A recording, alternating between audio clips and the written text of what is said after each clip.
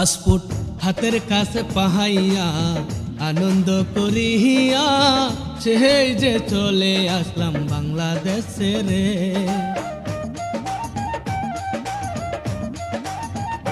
Passport হাতের কাছে পাহাইয়া আনন্দ করিয়া সেই যে চলে আসলাম বাংলাদেশে রে।